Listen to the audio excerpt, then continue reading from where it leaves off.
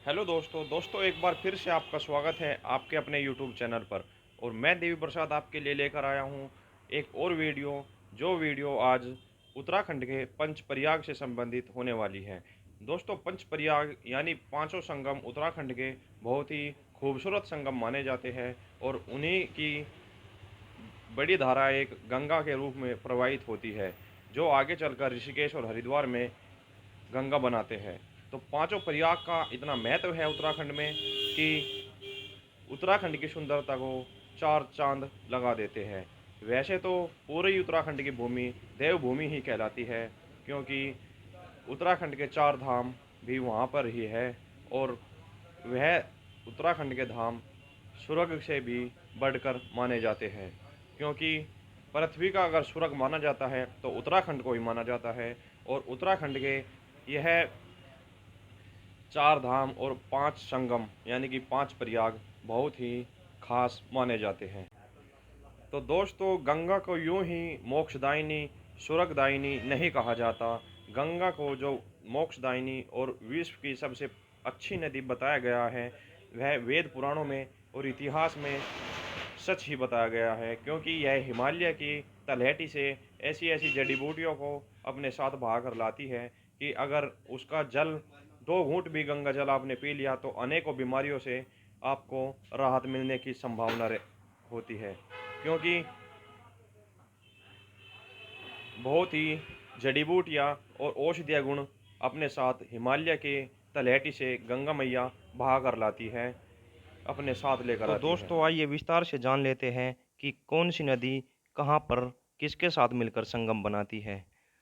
तो उससे पहले देखिए कितनी निर्मल धारा यह बह रही है। कांच सा प्रतीत यह जल हो रहा है। देखिए कितना नीला जल दिखाई दे रहा है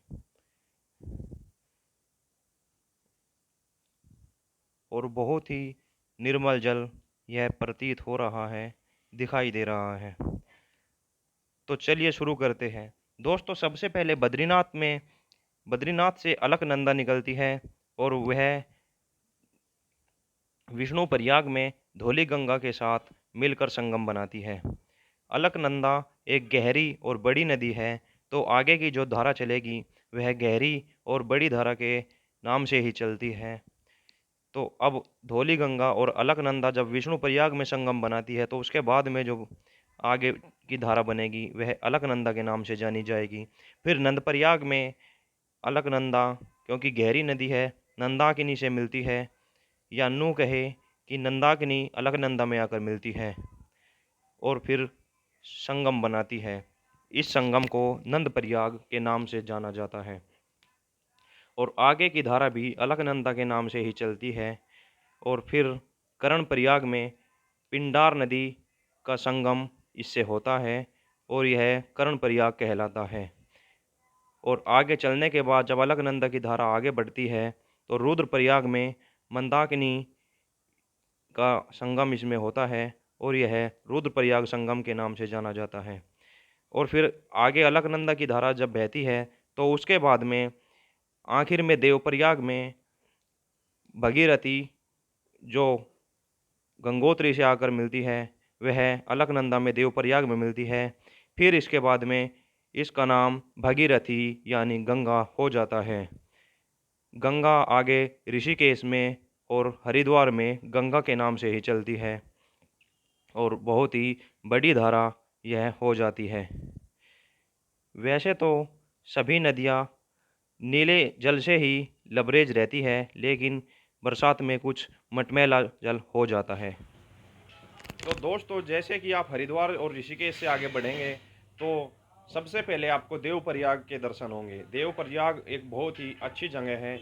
यहाँ पर देवप्रयाग में संगम सबसे पहला संगम पड़ता है, उसके बाद में रुद्रप्रयाग, फिर कर्ण प्रयाग, उसके बाद में नंद प्रयाग और बद्रीनाथ के पास आखिर में जो प्रयाग यानी संगम पड़ता है वह विष्णु प्रयाग पड़ता है। वहाँ पर बहुत ही निर्मल धारा गंगा मैया की देखने के लिए मिलती है और यह सभी संगम आगे चलकर गंगा को बड़ी धारा में बदलते हैं। यानी गंगा की एक बहुत बड़ी धारा जो ऋषिकेश और हरिद्वार में हमें देखने के लिए मिलती है, वह इन प्रयागों की ही संगमों की ही देन है।